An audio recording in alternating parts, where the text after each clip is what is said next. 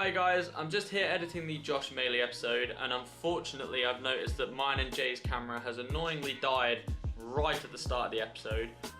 We did have a few technical issues going into the episode, but the audio quality should be fine. It's just obviously our camera died, so we don't really have any footage of us talking. However, Josh's lovely self is there. Other than that, guys, we just want to say a massive shout out to Josh for jumping on the podcast with us. It actually means a huge amount to us because he really didn't have to. So go show him loads of support. And then thank you guys for listening in, and enjoy. Hello everyone, welcome back to the A&J podcast. Today we have a wonderful guest, Mr. Josh MALEY. He is a NABA Pro and Mr. Universe 2019. It's an honour to have you on the podcast, Josh. How are you doing today?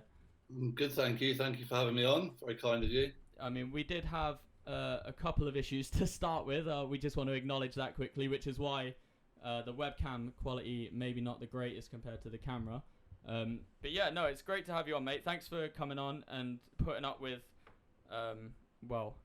all of that kind of setup nonsense. I just want to ask you to start with, because I was doing some research and I saw a picture of you from back in the day where you were quite a slim lad.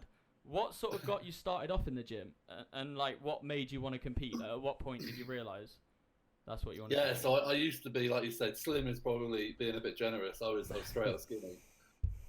You don't have to be polite to have me on. Yeah, so I used to be a decent swimmer. I went to uni as a swimmer, and that was my swimming physique. Nice. Underfed, overtrained, and yeah, I always wanted to be a little bit bigger. Yeah. And then I stopped swimming because I stopped enjoying it, and that was pretty much the start of where I am now, because I used to train as a swimmer sort of upwards of 30 hours a week. So then to kind of move that into more weight-based training had quite a profound effect from the start, and then obviously transitioning a decade down the line, here we are. So that's 30 hours of swimming a week whilst you're also studying full-time, is that correct?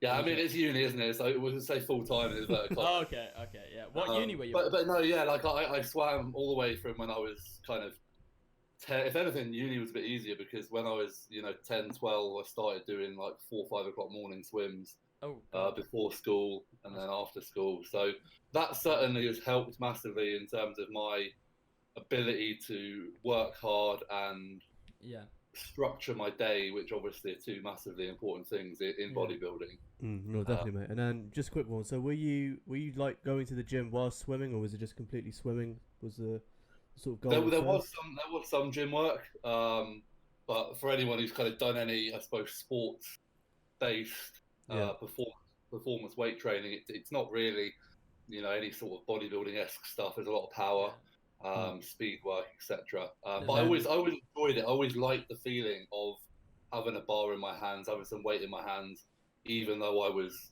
puny as fuck and could barely lift. It was still I felt like there was a connection. I mean, compared to yourself, that's how me and James feel. Like we're puny as fucking can barely lift. To be honest with you, you are quite a big man these days.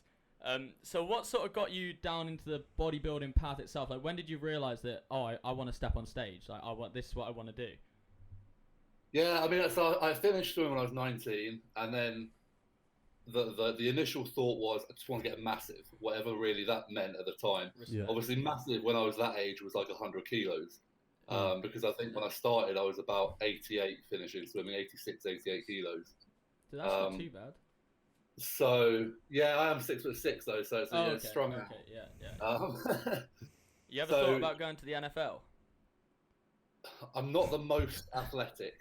Oh, okay. I just heard 6'6", big dude. I was thinking defensive end straight away there, but no, sorry. Carry on. Yeah, probably would just pop a knee out trying to run. Oh God, yeah. Let's not do that. But yeah, I just initially started going to the gym and really, really enjoyed it. I didn't really know what to do with nutrition. I just knew like protein was a thing. So I was just eating progressively without much kind of thought to a lot else. Obviously, I was still, a student, and swimming massively hampered the amount of social activity you could do just because of the hours in the pool. So I certainly enjoyed that side a lot more for the next 2 years of my degree. I was basically just kind of studying loosely, training hard, and going out more frequently than probably I should. I think we all did. Even without uni, I think we all enjoyed a night out or two. Back in I think you got to get out of your system, and I definitely did because I've barely drunk since. I'm the same, to be fair. I haven't drunk in nearly a year and a half now, so it's definitely a case of once it's out your system, you kind of get like more. You kind of refocus on your goals. I found. I think you appreciate that. It's not the be all and end all, and also like, in fact, I've just had a client last weekend. Obviously, the pubs and everything kind of back open, beer garden, etc. He went out for the first time in a long time and messaged me Monday morning saying never again. So I think get how good it feels to be healthy, how good it feels to eat well, train hard, and generally be in a good physical place. So that reminder for him was certainly a shock. Definitely. But with the competing side of things, that didn't come till I was 22. So I stopped swimming at 19. Just sort of trained for the love of it, slowly put on size. I've got a very addictive personality, I suppose. So I started enjoying training. I started looking more into the training side of things, more into the food side of things. Fully immersed myself in bodybuilding without knowing I was doing it, if that makes sense. I think I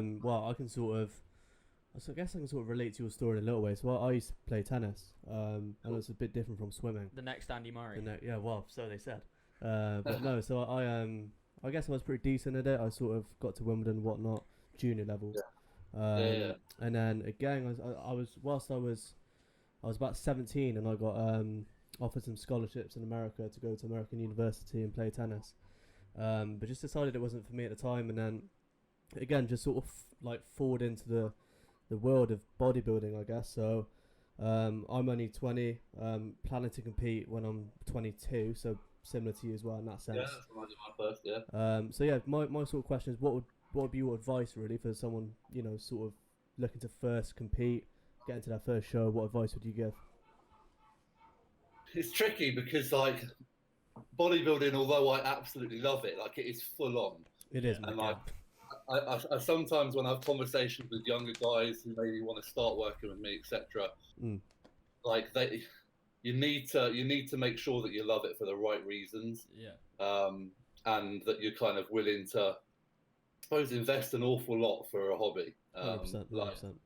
I certainly, I don't try not to put people off. Like I said, I fucking love it, and I would not change a thing on anything that I've done. But it's full on, and with that, obviously, with a show in mind or a time frame in mind, it's just about investing as much time and effort into the daily tasks. And that's something I kind of go on a lot about to anyone who will listen. Really, is it's all very well having like a 2-year goal, a 5-year goal. I want to turn pro. I want to do this. Like, if you're missing out on opportunities to, missing a meal every day, you're missing an opportunity to push your training every day, then that long-term goal isn't going to happen as quickly or as efficiently as it could. So I guess you just literally got to take it day by day, meal by meal, session by session. Exactly, and for someone like yourself, you're still young. Like, make sure you're enjoying it. No, definitely. So, and then success will come. It's a byproduct of hard work, a byproduct of passion. Cool. You do it hard enough for long enough. I mean, as well, I think in my sort of case as well, we're both personal trainers. The first thing I sort of say to a client is, obviously it's great to have you on board, but the main thing for me is if I can get you to enjoy the gym, enjoy training, that's number one for me. Because once they enjoy the gym, once they enjoy training, they want to be in the gym, the rest sort of just falls into place in a way, doesn't it? Because I think you need to find that enjoyment first, and then once you found that, then you can sort of progress from there. Yeah, if you can get a client to be on board with what you're doing and what they're doing, then your life will be a lot easier as a PT. Definitely. So you mentioned earlier that you yourself have clients. Is that all based online?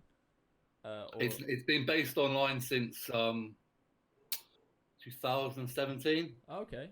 How are you finding maybe it? 2018. I don't know. Yeah, no worries. How are you finding it? Like, so I'm not sure when the episode would have released. It might be out by now, but a few weeks ago we were discussing the online online coaching, the personal training, and sort of that debate. Do you prefer your online coaching? I do, for various reasons. So PT for me, I used to work at quite a well-known gym in Nottingham called M10. Yeah, I know that. So I was working there for 3 or 4 years, and kind of got to the point where with PT you can only get so many people in a day. Yeah. Therefore, you can only sort of make so much money a week, etc. Yeah. And of course, yes, it is more of there's more than kind of money, but it's also about how can you scale yourself up as a brand, as a business. And exactly. Yeah. For me, one thing that I've sort of always done since probably 2014, alongside my bodybuilding, is not always knowing about it, but like I kind of created a brand. People kind of knew about me, my personality, my sort of core values in terms of work ethic, and that in itself sort of organically started to produce an online side of my business where particularly sort of guys and competitors or aspiring competitors would reach out to me, and the online made a lot of sense because a lot of those guys don't need personal training. They know how to train. They need guidance across the board on programming, diet, recovery strategies, etc. So I could pitch something to them at a much more, I suppose, affordable price point, rather than them coming in to see me 4 times a month, and that would then be more expensive than the advice and everything I could give. And then it just got to a point where the online started getting so busy that I didn't have enough time to do both well. And as you might have found out, or you will find out, I'm sure, at some point, if you start dropping off your quality of service, things can kind of go downhill pretty quick. Be good at something, but don't try and kind of spread yourself too thin. So I then kind of handed in my notice as a in-house PT, and made the leap. And at first, there was obviously a bit of a pay cut, because I had X amount of online clients, but they still weren't it didn't equal the same. But fortunately enough, it kind of it's going well. Good. I mean, we had a sort of debate on it, as Aaron said.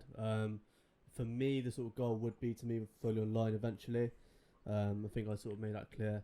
For you, I think it's a bit different. For me personally, I think I prefer personal training. I know there might be less money in it. There might be a limited amount of clients and things, but I look at online coaching almost in a way that most people who are new to the gym don't want an online coach because maybe they feel more comfortable working with someone.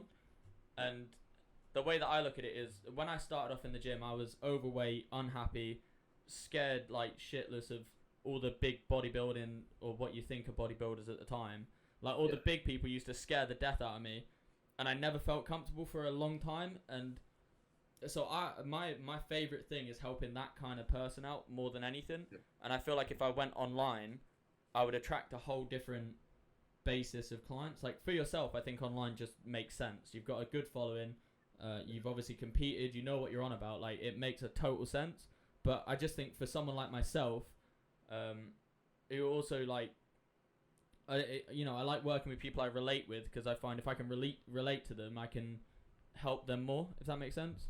And that's absolutely. But I think that's the thing, is like what you want to do, and that's a really kind of strong point. And if you could become one of the best trainers for kind of people in that position. And I remember full well how rewarding it is when I used to train like I remember one client who got introduced to me, like 50-year-old woman, 5'3". I'm 6'6", 320 pounds. Looked like I might eat her for breakfast, and half her age sort of thing. And to start her off on her journey was so kind of, it was very satisfying. So I think definitely like having that. And when I say like there's a limit to PT, that there is and there isn't. Like there's always ways of, I suppose, making more money. And like I said as well, it isn't all about money. Like, for me as an online coach, I could definitely take on a lot more clients. And if that were just money orientated, then so be it. But it would, like I said, probably impact my service. It would also impact the fact that I do this because I love it, and I don't just want to see it as a complete chore. Yeah. Another reason I switched to online was so that I could become a better bodybuilder. I could put 100%. more effort into that. I can structure my days 100% around me. Yeah. Check-ins, fall when they will. So yeah, for multiple reasons for myself, it made sense. But I do still do like the odd PT. I have a couple of clients still from then. Yeah. Again, like middle-aged women, bless them, who will still see me maybe once a week or once every 2 weeks, just because they enjoy the sessions, and I'm not against it. It's just a time thing for me. Yeah, no, it makes sense. And that sort of that side, but PT will always be. And I think it's an important place to start. I don't think I know any good online coach who's not had experience on the gym floor, because every interaction you're making now is a communication that you'll then be able to empathize with over on an online forum later on. Yeah. Whereas if you've never come across someone who's struggling with self-confidence, or can't get their head around a diet, or can't get their head around a training plan, yeah, it's gonna be shit online. Yeah, You're not gonna have as well. I mean, do you sort of see online coaching being like the future, sort of say? I mean, especially with sort of lockdown and whatnot, I think people have, sort of found another sort of way to train in terms of, Joe Wicks, for example. I'm not a big fan of the bloke, he's done well for himself. But I mean, in terms of like personal training and online coaching, do you sort of see personal training maybe fading in the next sort of 10 years and online coaching becoming a bigger sort of platform?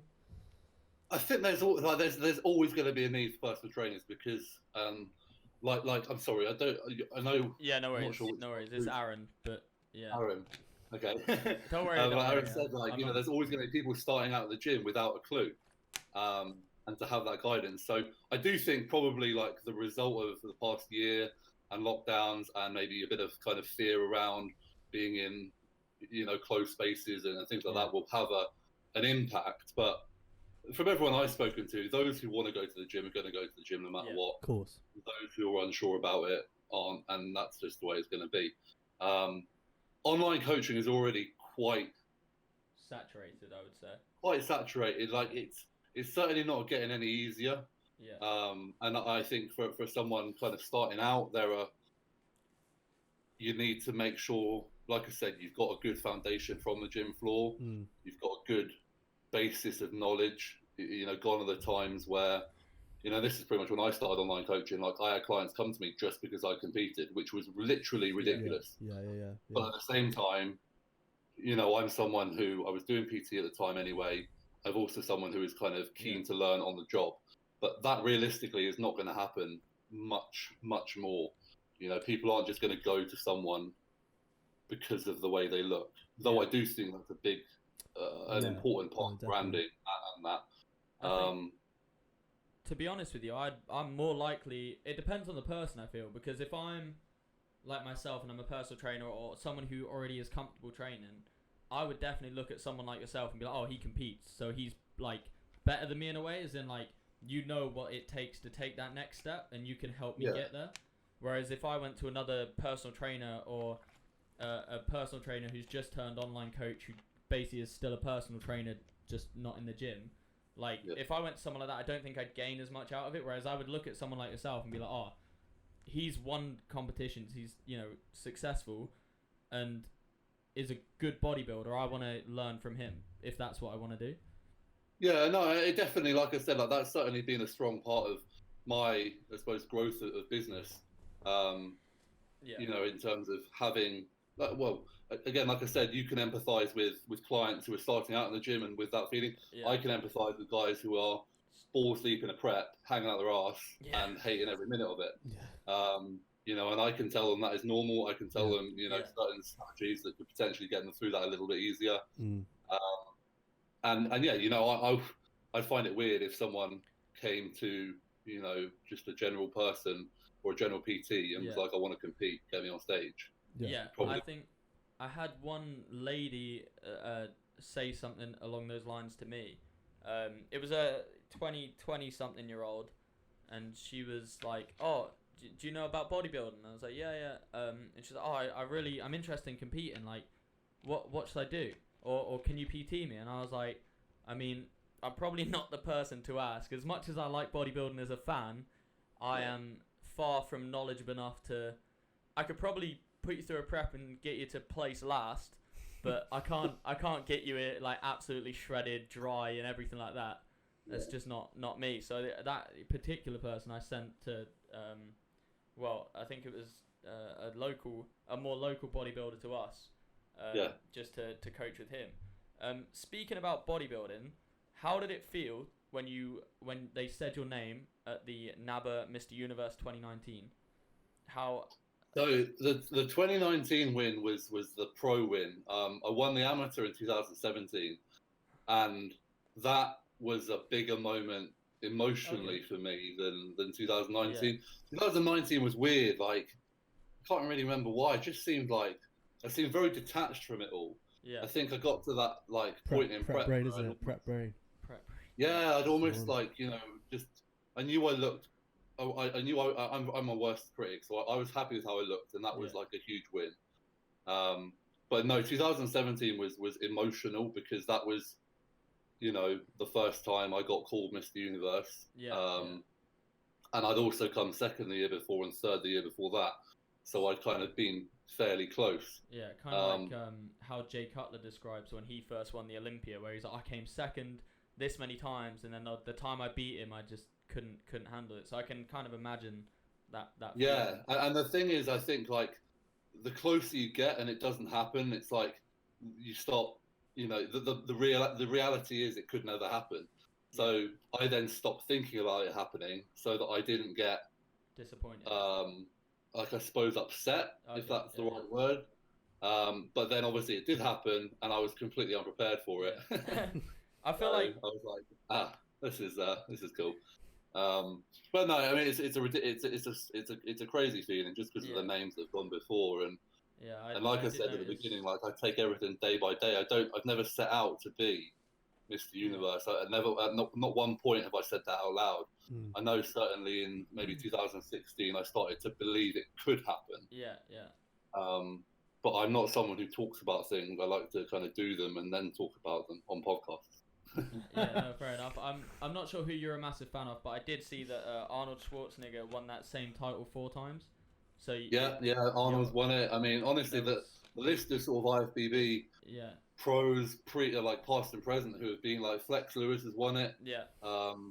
Lee Priest came back after retiring from bodybuilding and won it.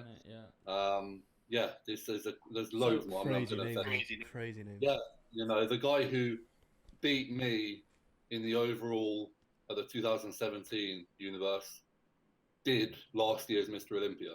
Really? Yeah, Korean. Who was he? Sol Chun. Oh yeah. I know. I was gonna say I think I know it as I just didn't want to attempt the name. I probably mastered it. Yeah. I think on Instagram he's bodybuilder Chun or Chun or something. I know the one. I follow. Him. Absolutely bubbly, freaky as hell. Lovely guy. Not really great with English, but very good. Where do you see this taking your career now? Are you looking to get into that Olympia stage, or I know you said day by day, but surely there's some kind of goal, long term, mid term, up there somewhere. So where I'm at the minute is, I feel like I've done NABA. There's nothing. There's potential like world champ that I could win to have everything, but I think an IFBB Pro card would be a very nice feather in the cap to have. I'm a realist, you know. I'm not.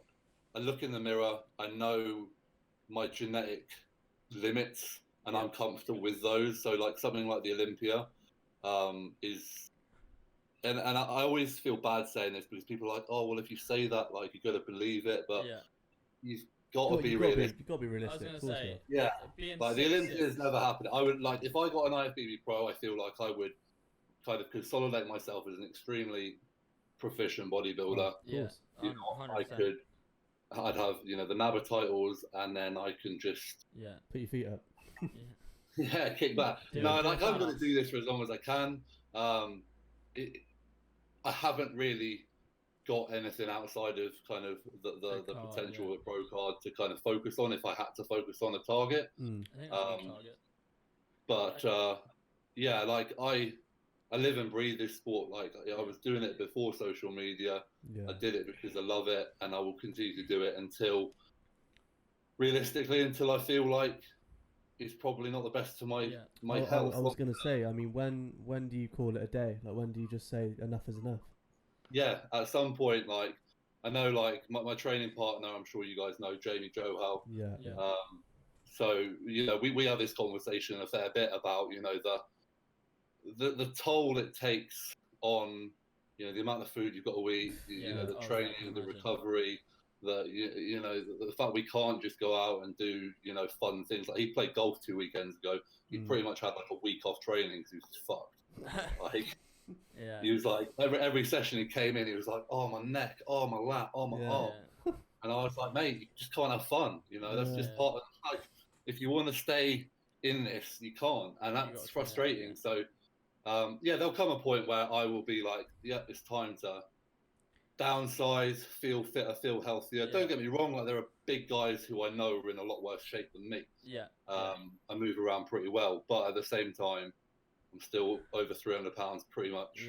Can't year in, year out. kind of deal. When did you hit the 300 pound mark, and what was it sort of like when you did? Because I guess like in bodybuilding, and sort of the 300 pounds is the one.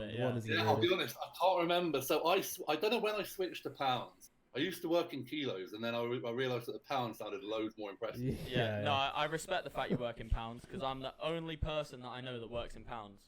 Yeah, so I remember, I don't remember when it was 300 pounds, but I remember hitting 150 kilos, which is that's 2 of me. 330, I think. For the record, that's 2 of me. Yeah. I'm about 75, but 78. that was in like 2014, 15, and I looked. Christ. I've never seen a head so big. How many calories a day were you on then, roughly, if you can think back? That was definitely the most I've eaten. Like I've hit that weight every off season since, but I've been slightly better composition. I've been eating a little bit kind of better. But I remember then it was sort of at least 7,500, 8,000 calories. That was Christ. Like force feeding, and I was being sick, and I was kind of then trying to get more calories in, and that was when I was probably like really demented with bodybuilding. Yeah, I can imagine. And also not as educated as I am now, and that's a big thing. Like I'm sure, you guys are aware of like the importance of digestion and stress and everything. I was like, fuck all that. Just keep slamming it in as big as possible.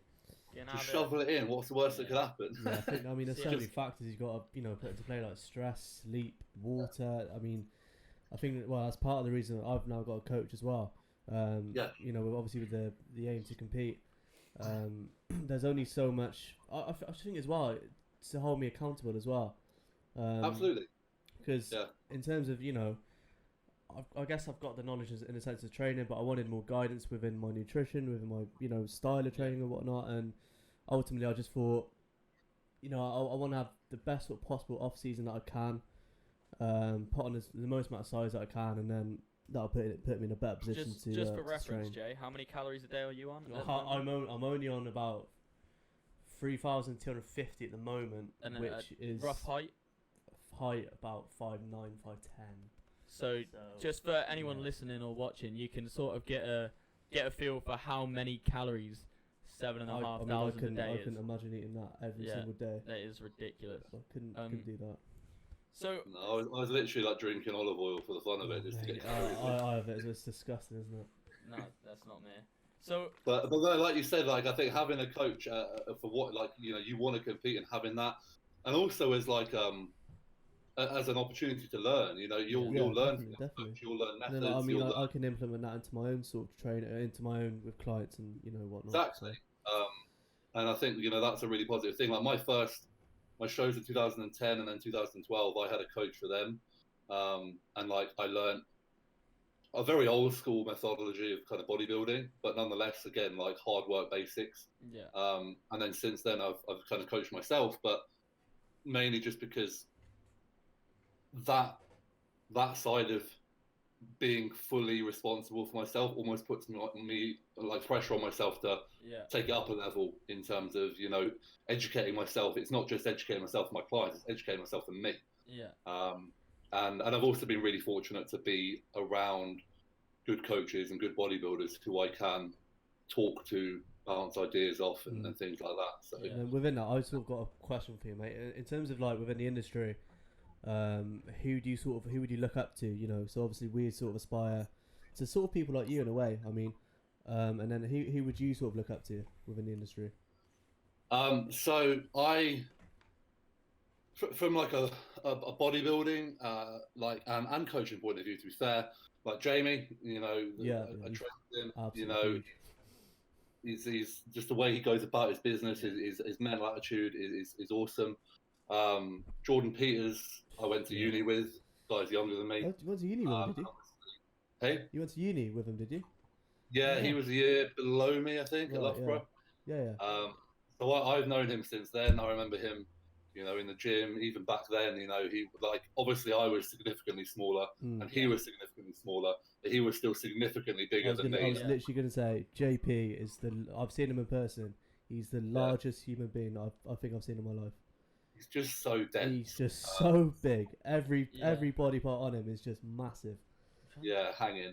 So yeah, obviously him, but like Jordan, more so just for the business point of view. Just the stubbornness. Like he had an approach, and when a lot of people, when he was younger particularly, and not as well known or respected, like he followed that approach. He promoted that approach. You know, progressive overload, get fucking strong. People were saying all sorts and like kind of trying to go against it. And now, you know, you hardly hear anyone not following something JPX. Yeah. So to have that kind of, like I said, stubborn ability to stick to your guns and then to prove it with your physique is extremely admirable and inspiring. Other people, Callum from the Muscle Mentors. Yeah. Again, I worked with him at M10, you know, created a really good friendship there. You know, again, someone who walks the walk as well as talk the talk. There are a lot of smart coaches out there, and he's one of the smarter ones. Callum's also definitely one of the best, isn't he? Yeah, and he's very developed. Like, you know, like I said, it's all very well having the knowledge, but can you apply it? You know, and if you can apply it, then, you know, your ability to apply it on clients is going to be far greater. So, again, like I said, walk the walk is a big thing that I look up to. So, I think off the top of my head, those three guys, obviously I follow multiple coaches, you know, some of the American guys sharing the really cool shit. You know, hypertrophy coach Joe Bennett, Matt Jackson. But yeah, those three, you know, I'm fortunate that if I could message them. Jordan might not get back to me, but he does sometimes. But certainly Jamie, you know, I literally see him 4 or 5 times a week. Callum, we message quite frequently. So it's a nice, very good nice position to be in. Yeah, definitely. So would you say that you've like, in your gym environment now and how you train, did you look to build a specific sort of environment for yourself, or was it more like it kind of all just fell into place? Like, was there anyone you kind of thought, oh, I could train with this person, but he's not really working as hard as I want to work, but this person is, and then you kind of like chop and change, or was it just like? Yeah, well, no, my first, I suppose, gym partner, I don't think I was exclusively his partner, because I'm sure there was like 2 or 3 of us training together. Yeah. But when I first started lifting, there's a guy called Rich Ellis. I've heard that name. Whether it's just someone I know locally or not, I'm not sure. Okay, no, so Rich is a Loughborough guy. Jordan speaks very highly of him. He's been in Jordan's corner from day one. Yeah. And he was a British record holder for powerlifting, 250 kilo bench press. That's why I know. So the guy is fucking strong, but he's not got the classic powerlifter physique. He's got a powerful and thick bodybuilder-esque physique. He won't agree with me. He's too humble to say that. But similar to like a Larry Wheels type, for like, so as in Larry Wheels is strong as fuck, but the bloke has like a semi-decent, like, it's not an cool type build. He's just So Rich stayed in good nick. He's a lot thicker. Like, honestly, when you think Jordan's thick, I'm gonna put Rich up there, particularly front to back with thickness. Triple C. Never seen anyone with so much chest. But anyway, the reason we come on to him is because when I started training, I trained at Loughborough in the university gym where Rich worked, and I also got a job there after university, and I, you know, very timidly asked maybe I could train with him. And for one reason or another, Guy said yes. I think fortunately, like my swimming work ethic kind of brought me through that one. So that was great learning opportunity. And then literally for the next 10 years, I train on my own, because of the reasons you said. You know, finding someone willing to train how you train, and I'm very selfish as well. Like I like the way I do things. And also obviously training times, etc. There's a lot of factors to find a good training partner. I think as well, I mean, when you're sort of following your own set program, unless your training partner is doing your program as such, you know, it's pretty tough to train with someone in that sense. Yeah, exactly. And then it very much fell into place with Jamie because lockdown came. First 3 months of the first lockdown, I was training out of this room. With bands and 100 kilos of weight, thinking I might go through the floor. I did a podcast with Jamie. He didn't quite appreciate that I wasn't training. He offered, you know, if I wanted to come over for a session. Yeah. Wow. Now I've known Jamie since like 2014, but I suppose we just sort of like drifted by each other almost. Yeah. And yeah, he invited me over, trained. I was at the position where I was just gagging for some weights. I didn't care. It didn't need to be my program, so I was like, I'm happy to. In fact, I forgot what programming was at that point. I was just happy to do something. And yeah, from there, that's been it really. The past, I suppose it's it's got to be like 8 months, I suppose, solid of training together now. And not sure it's going to end anytime soon because things are going well. Like obviously we're similar kind of build, similar sort of strength. I was going to say because he's massive as well, isn't he? He's tall. Yeah. Do you find that you'd like? Would you? So one thing I've always found, and I'm not exactly as strong as yourself, for example, by a long shot.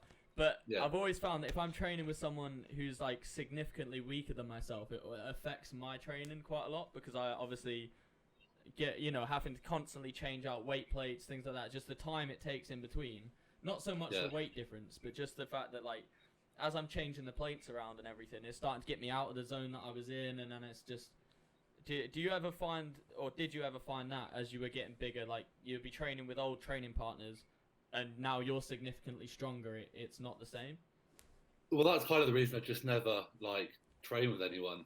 Too strong. Like, I just so kind of focused on my own thing, like, and the thought of it, like I said, the thought of someone knocking you off your groove seemed more stress than it was worth, even if it meant, you know, having someone there to kind of motivate you or help you through sessions, you know. I'd be that guy who, if I needed a spot, I'd just pick the nearest person and be like, can you spot me? Don't let me die, and that'll be fine. We did a little read on this the other day, but have you ever had like a terribly bad spotter? Is in one of these random people you've grabbed, have they ever seen you start to struggle and then just straight lift the weight, instead of letting you... So what, it got to the point where obviously 10 years training on your own, you get to know that these people exist. If I was going to get someone to spot me, I would ask them, and then as they were getting ready to spot, I would turn around and I would tell them exactly what I wanted. I would go, we'll go 3, 2, 1, bar off. I'll go, you don't touch that until it stops. I will not drop it on myself. I will shout at you if I want help, and if I don't shout at you, don't help me. And they often look quite shocked and offended, but at the end of the day, it's better that way round than for them to fucking do what you just said and you get off. Aaron's extremely passionate about this topic. Very passionate about spotting. So I don't think there's anything wrong with communication. Like, no. You know, people get so arsey in the gym, they think like you're trying to tell them how to do it. You're just trying to have a good set, and I'll do the same for someone else. Like if someone said, "Listen, I like to be spotted this way," of course, I'd be like, "That's cool, bro. Let's go. Let's get it done." I mean, you it's know? the worst. Go on, mate. Sorry, I was gonna say I like to be like about to die before anyone ever touches that bar or that weight, or about you know, like it's. And like Jamie knows now, like I have like an ability to like, especially on a press, like get to a sticking point, hold it there for like 3-4 seconds, and then get it going again. Yeah. I'm the same. So like, there's that little wiggle. He knows that that's the thing. And like I said, if it is going down, I'll tell him and he'll help me. What away from the topic, sort of. What's your sort of preferred training split? Would you say how are you and Jamie sort of training at the moment? So we are doing a push, pull, rest, push, legs, rest. Okay. Oh wow, okay. So I've never trained like, well, until I think we started this in about November. Before that, we were doing like a 2-on, 1-off rotation, Yeah. and four in a week is the least I've ever trained. Mm. But then the quality, and I suppose because it's only 4 sessions, the quantity of the sessions and the volume of the sessions, like the 3 days are fucking needed. Yeah. Like today, so the 2 push sessions, one's more sort of one's shoulders and triceps with some chest, one's chest and biceps with some delts. Okay. Pull has hamstrings to kick it off because that's an area that Jamie wants to work on. Okay. And again, from a lower body perspective, I don't think your legs could ever be too big, so I'm happy to jump in there. And then that just allows, I suppose, our leg session to be a little bit more quad focused. Yeah. In regards there. So yeah, it's working really well. It is one of the strangest splits I've ever heard of, but I can see how it would work. But so how long roughly are you training for every time you're in the gym? So we're in there for about 2.5 hours. Oh, that. To be fair, that's really good. I know certain bodybuilders, etc., that say they're in there for 5-6 hours, and I'm like, just how? How can you be? Yeah. I know they're the bodybuilders. I'm definitely not gonna fight them over it. But I always think, like, how are you in there that long? Like, what are you actually doing? Yeah, like, so I spoke to this. Like, I'm always trying to like get the sessions done a bit quicker, if that makes sense. Yeah. But I suppose with the approach that we have, that is, you know, predominantly progressive overload focused, the focus on, even during a prep, kind of adding some form of load, control, reps, whatever it may be, is so high that the rest between sets is, you know, long, especially on the big movements. Yeah. So it does, but the time flies. That's the weird thing. Like, I'll think we go really quick, and I'll look, and it'll be like an hour and a half in, and we've done like 3 exercises. I'm like, fucking hell. Yeah, no, I had legs on Sunday, and it turned out to be like a 3-hour session, just where I was battered, mate. I had to take, I think I was on like Bulgarian split squats for about half an hour, just trying to do them. What was the other question I had? In terms of compound. That was it. Yeah. So this is a question I want to ask you. So, compound movements. What are your sort of thoughts on them in terms of, would you implement a standard bench press into a chest session, or, you know, a sort of barbell back squat into a leg session, a deadlift into a back session? What are your sort of thoughts on compound movements? I think, like, I have so many thoughts at so many different times with so many different people that it's actually quite hard to answer that. But I think this, I am very glad that I started with quite a basic deadlift, squat, bench, bent over row, military press sort of approach. But I came from a sporting background where my coordination was pretty good and my ability to pick up movements was pretty good. Yeah. The issue, like a lot of people maybe starting out would have if they were to follow that, is they executed them like absolute dog crap, and they spent half the session or half the, you know, initial training period learning the movements with very little load and very little stimulation. Yeah. So therefore, is it worth implementing them, or could you then put them on a more fixed machine, you know, like a Smith machine press, where they could fucking go to town with nothing really that could go wrong? So yeah, like I said, just in that sentence, I've kind of gone round in circles. I still don't really know.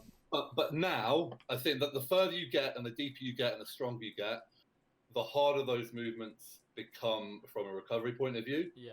So like a barbell back squat now would just bury me, and the benefit I'd get from my lower body development wouldn't merit that amount. Like very minimal compared to something like a hack squat, say. Exactly. I could do a hack squat and a leg press and batter the shit out of my quads. And come out of it feeling less neurally fucked than if I'd done like a heavy squat. Same with sort of pulls. Like I'm a again, you know, credit to Jordan, like, you know, the sort of RDL variations that, pulls that are still loading the posterior chain effectively, but basically, I suppose, making them a little bit harder than if you just did a straight up deadlift and just so again, adding like resistance bands and whatnot onto them. Huge amount of neural load. I love a bent over row, but again, that's more personal preference than anything. So I think it very much depends on, you know, someone's ability to execute a movement, and then kind of go from there. And again, what equipment they have available.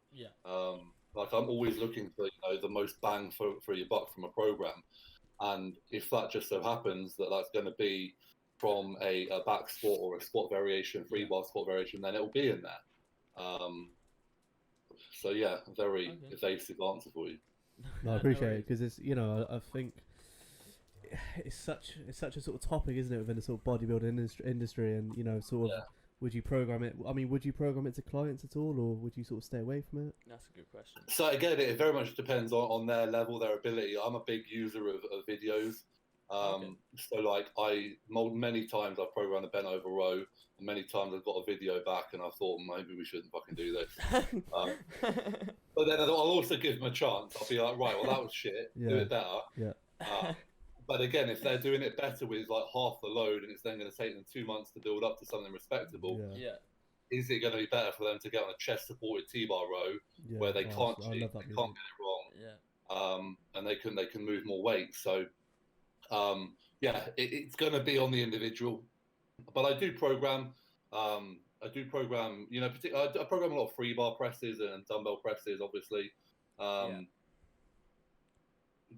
Would I favour machines?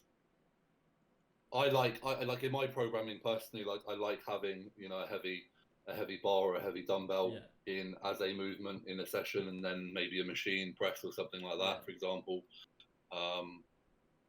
But again, ability, level of training, etc., is going to dictate a lot of that. Yeah. Do you use the Smith machine at all? And what are your views on the Smith machine in terms of for clients and things like that? Do you see it as like a good way for someone to learn, or would you just say stay away from it? No, I'm a big advocate of the Smith. Okay. For many years, I thought it was a woman's piece of machinery that you did if you didn't know how to lift. But actually, like I said, the fact that you can isolate a lot more and lock in a lot more, and then therefore load muscles more appropriately. It's certainly for like an online client and someone you don't necessarily know how they train, a very safe way of ensuring that the chances are they're gonna be able to move a good amount of weight in a safe manner. So yeah, I like it. It's in my personal programs. It's in my client programs. There'll be certain clients who they don't like. I'll always get feedback in terms of which exercises don't you feel good with, and if that's one of them, then it will be out. But I think it's certainly got its place. I think I've got one last question I just want to touch on, because I saw your video the other day of you on the leg press, with what I think was 8 or 10 plates either side and the resistance bands, and the caption was about an injury to some bulging discs. Have you ever had any other injuries of such, and what sort of the recovery been like? Obviously, you would have picked up little sort of niggles and things like that and aches and pains, but in terms of like, I say proper injuries, but bad injuries, what is there any in particular? Touch wood, I've never torn any muscles. I used to kind of think it was just my height, but realistically, probably it's going to be a bit to do with my height and just kind of the way I am a little bit more vulnerable. My lower back has always been something that has been more vulnerable an issue. And that's, like I said, when the bulging disc was about 6 weeks ago, that really kicked in. And that was a combination of a back strain from an RDL, funnily enough, and then 3 days later going and doing legs, and then the compression from the leg press and the hack squat then just buried me. So yeah, that was not a fun period of time. But apart from that, I've torn my right rotator cuff in 2018, which was pretty minging. But nothing stops me training, because the thing is, like, a genuine, like, you look at guys in wheelchairs, you look at guys with all sorts of disabilities, they still manage to train. So when I did my rotator cuff, I just didn't press and didn't do any shoulder work, but I could still pull. I could still train legs. I remember. So I changed my split. I think I was doing like kind of pull legs, repeat. You know what I mean? Like with a little bit of light shoulder work, that anything I could do pain free. I think if you've got an injury, train. If you're hurting the injury, don't do that. And aside from it, like same with my back, You know, the first week was everything was seated, Yeah. chest supported, whatever it would be, but no loading through the spine. Yeah. And from there, it's been a gradual process of being able to kind of do a few more movements. You know, I could pick dumbbells up again and do those now. And yesterday, I even did like a bent over row for the first time. So that was progress. I can definitely relate to the training around it thing. So I'm only 22, but you sound a lot like myself, whereas I see all these people with way worse than what I had, and they're still training, so why shouldn't I? So I was 19 when I had, or 19 when it first happened, 20 when I had surgery, but I had to have a disc taken out of my lower spine, which is why I can relate to the lower back issue. And I just remember doing all like, even if I was doing pull movements, it was all bench supported, like lead down, chest on bench, or things like that. And then the other time I had an operation on my knee, but I can't remember what it was. It wasn't anything major. It was like a little keyhole surgery or something. But some of the looks you get when you go in there on crutches or anything like that, or with a sling, is people look at you like you're Superman. But at the end of the day, if you're working around the injury, there's no reason you shouldn't still be able to do something. Like if I've got I mean, it's better to do something than nothing. Like even just, and this was my approach in lockdown when it first hit, and I had fucking nothing. I literally had a set of bands at that point. Yeah. Like I would rather come in here and do an hour of just pumping than just sit on my ass, because what good is that going to do? Like it's like you have the option of going nowhere or going somewhere, but a bit slower. Whereas I think a lot of people, like if they're not like 100% on everything, then they're like, oh, what's the point? Whereas, you know, in my mind, that just doesn't work like that. I know I said last question, but you just touched on COVID. Did you lose any size or anything over that period of time? Or obviously I can imagine it had an effect on your training, like you said, using resistance bands, etc. But did it have like an effect on your overall physique, or did you not notice too much? It definitely did. I sort of conned myself into like thinking that it didn't, because I dieted. So like I kind of started I'd started off season. When did it hit? It hit March, didn't it? I think kind of end of Jan. So I was 6 weeks or so in. I was up to like 320 pounds, feeling pretty good. It hit. I knew my training was going to be compromised. Pushing food would only result in getting fatter. So I sort of cut things back a bit, and I finished the lockdown at like 302 pounds or something. That's not bad. So I was leaner, you know, I looked decent, you know, not bad. but I think, you know, I look at photos, and you know, there was definitely a lot less pop from everywhere really. But like with anything, you know, things come back. And if you've had it, it's a lot easier to get it back. Definitely. So that was always in the back of my mind. And again, in that weird situation, it's completely unparalleled. There's no preparing for it. We never expected it. Just got to get on with it. Yeah, no, definitely. I think obviously we had the issues to start with, so we've definitely taken up more of your time than we expected to. No, mate, no worries. Which genuinely, I'm a bit of a perfectionist like yourself. So when some stuff started going wrong like that, I was actually like sweating and stressing out to the max. Before we go, is there anything you wanted to like plug at all or mention at all for yourself? Not really. I mean, I always appreciate anyone if they want to follow my personal journey on my Instagram. It's just at Josh_Maley. If anyone is interested in coaching from myself, if they go to my coaching Instagram, which is fairly new, so literally every follower is definitely welcome over there. But that's at Team Viking Limited, so at Team Viking Ltd. And then outside of that, just you know, I'm fortunate to be sponsored by some pretty cool companies. We saw I don't tend to do too much sort of promo, because I like to be organic, and I like sometimes think when people shoving shit down your throat. But a big shout out to definitely like Strong Sports Nutrition and my supplement sponsor. I don't really feel like they need much promoting, because the kind of products speak for themselves. And yeah, I'll pretty much leave it there before just kind of waffling about random shit. Yeah, I just want to say thanks for coming on, Josh. Honestly, mate, really genuinely, thanks so much for coming on. It means a lot to us. Honestly, you're more than welcome. I appreciate the email. The way you guys approached it, and obviously like the quality of kind of what you're trying to provide. So no worries about technical issues. The quality that we're It made me feel better because it's normally me who's struggling with that shit. So, Sorry. yeah, it was like you're trying to make me feel at home. It's so much worse because it was all working like 10 minutes before. As soon as we click record, it just goes, "No, we're not having this." Ugh. But no, genuinely, thank you so much for coming on. It means a lot to us. And then everyone go drop Josh a follow. Obviously, we'll be tagging him in social media and everything like that for the clout, I'm sure. Yeah, let me know when it's out. And I'll, yeah, mate, we will do. No, we will do, mate. You've absolutely smashed it. Thank you so much for coming on, and then we'll leave it there. Guys. Cheers, Legend. thank you. Cheers, mate. Legend. Great evening, thank you. Perfect. You too, Thanks, bye, mate.